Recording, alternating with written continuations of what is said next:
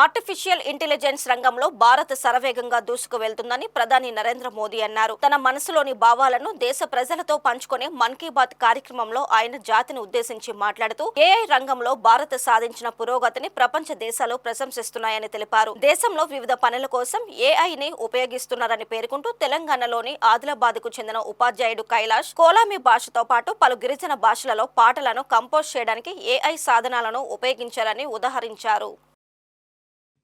Space और science की तरह एक और क्षेत्र है जिसमें भारत तेजी से अपनी मजबूत पहचान बना रहा है।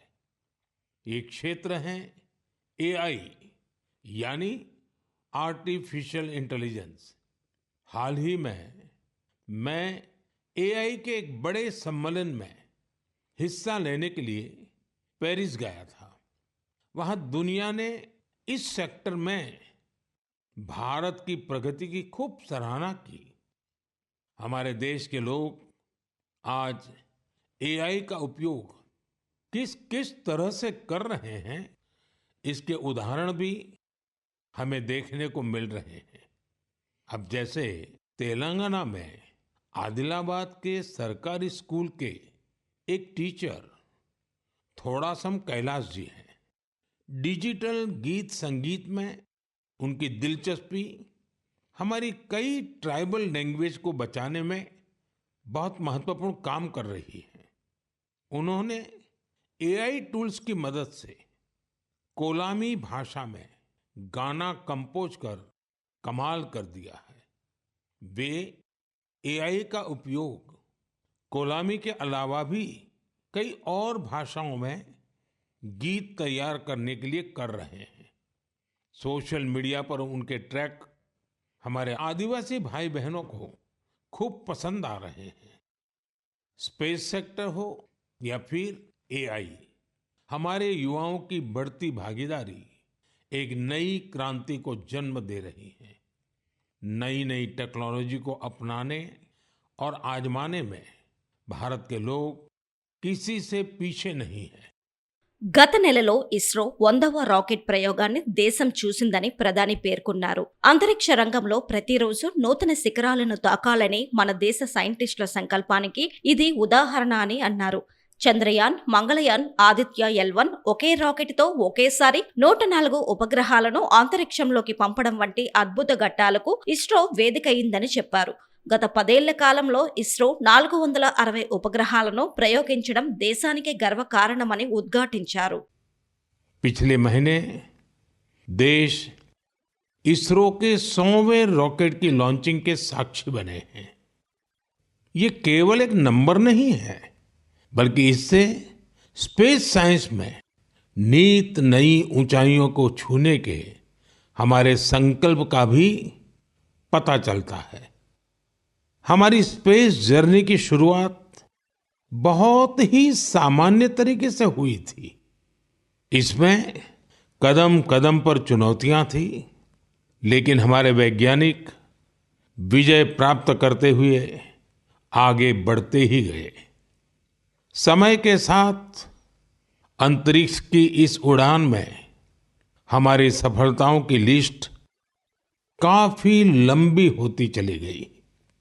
लॉन्च व्हीकल का निर्माण हो, चंद्रयान की सफलता हो, मंगलयान हो, आदित्य L1 या फिर एक ही रॉकेट से एक ही बार में 104 सैटेलाइट्स को स्पेस में भेजने का अभूतपूर्व मिशन हो।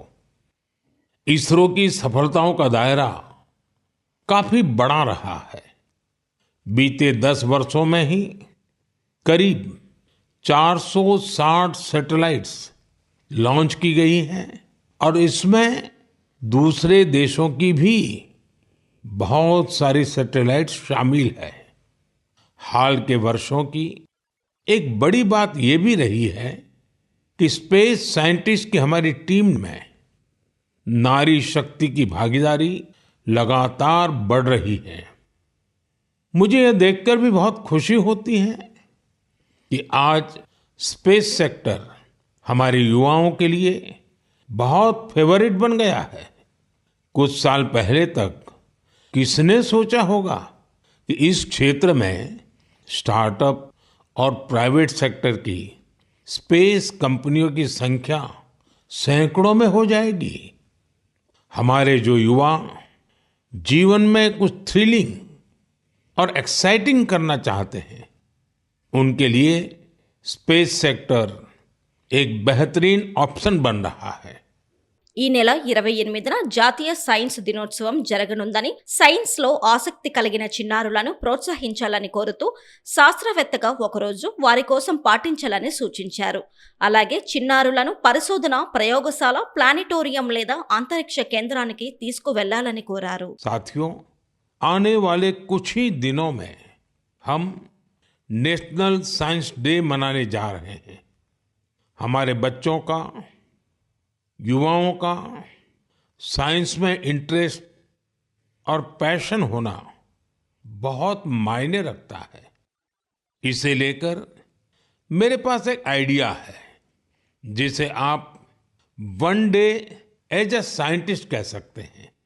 यानी आप अपना एक दिन एक साइंटिस्ट के रूप में, एक वैज्ञानिक के रूप में बिताकर देखें। आप अपनी सुविधा के अनुसार, अपनी मर्जी के अनुसार कोई भी दिन चुन सकते हैं। उस दिन आप किसी रिसर्च लैब, प्लेनेटोरियम या फिर स्पेस सेंटर जैसी जगहों पर जरूर जाएं। इससे साइंस को लेकर आपकी जिज्ञासा और बढ़ेगी। దేశం నలుమూలల నుండి 11,000 మందికి పైగా అథ్లెట్లు పాల్గొన్న ఉత్తరాఖండ్లో జరిగిన జాతీయ క్రీడల గురించి కూడా ప్రధాని మాట్లాడుతూ, ఈ కార్యక్రమం దేవభూమికి కొత్త రూపును అందించిందన్నారు. దేశంలోనే బలమైన క్రీడాశక్తిగా ఉత్తరాఖండ్ ఎదుగుతోందని ఆయన కొనియాడారు. జాతీయ క్రీడల్లో అత్యధిక స్వర్ణ పతకాలు సాధించిన సర్వీసెస్ జట్టుకు ప్రధాని మోదీ అభినందనలు తెలిపారు. ప్రతిభావంతులైన క్రీడాకారులను గుర్తించడానికి ఖేలో ఇండియా ప్రచారం ఎంతగానో దోహదపడుతుందని వ్యాఖ్యానించారు. मेरे प्यारे देशवासियों, आप में से बहुत सारे लोग ऐसे होंगे जिन्होंने उत्तराखंड में हुए राष्ट्रीय खेलों के रोमांच का आनंद उठाया होगा। देश भर के 11,000 से अधिक एथलीट्स ने इसमें शानदार प्रदर्शन किया। इस आयोजन ने देवभूमि के नए स्वरूप को पेश किया। उत्तराखंड अब देश में स्ट्रांग स्पोर्टिंग फोर्स के रूप में भी उभर रहा है। उत्तराखंड के खिलाड़ियों ने भी शानदार प्रदर्शन किया। इस बार उत्तराखंड 7वें स्थान पर रहा। यही तो पावर ऑफ स्पोर्ट्स है, जो इंडिविजुअल्स और कम्युनिटीज के साथ साथ पूरे राज्य का कायाकल्प कर देती है। इससे जहां भावी पीढ़ियां प्रेरित होती हैं, वहीं कल्चर ऑफ एक्सेलेंस को भी बढ़ावा मिलता है। साथियों, आज देश भर में इन खेलों के कुछ यादगार प्रदर्शनों की खूब चर्चा है। इन खेलों में सबसे ज्यादा गोल्ड मेडल जीतने वाली सर्विसेज की टीम को मेरी बहुत बहुत बधाई। राष्ट्रीय खेलों में हिस्सा लेने वाले हर खिलाड़ी की भी मैं सराहना करता हूं। हमारे बहुत से खिलाड़ी खेलो इंडिया अभियान की देन है। हिमाचल प्रदेश के सावन बरवाल, महाराष्ट्र के किरण मात्रे, तेजस सिरसे या आंध्र प्रदेश की ज्योति याराजी, सबने देश को नई उम्मीदें दी हैं। उत्तर प्रदेश के जेवलिन थ्रोअर सचिन यादव और हरियाणा की हाई जंपर पूजा और कर्नाटका की स्विमर धिनिधि दे सिंधु ने देशवासियों का दिल जीता। इन्होंने 3 नए राष्ट्रीय रिकॉर्ड बनाकर सबको चौंका दिया। इस बार के राष्ट्रीय खेलों में टीनेज चैंपियंस, उनका नंबर हैरान करने वाला है।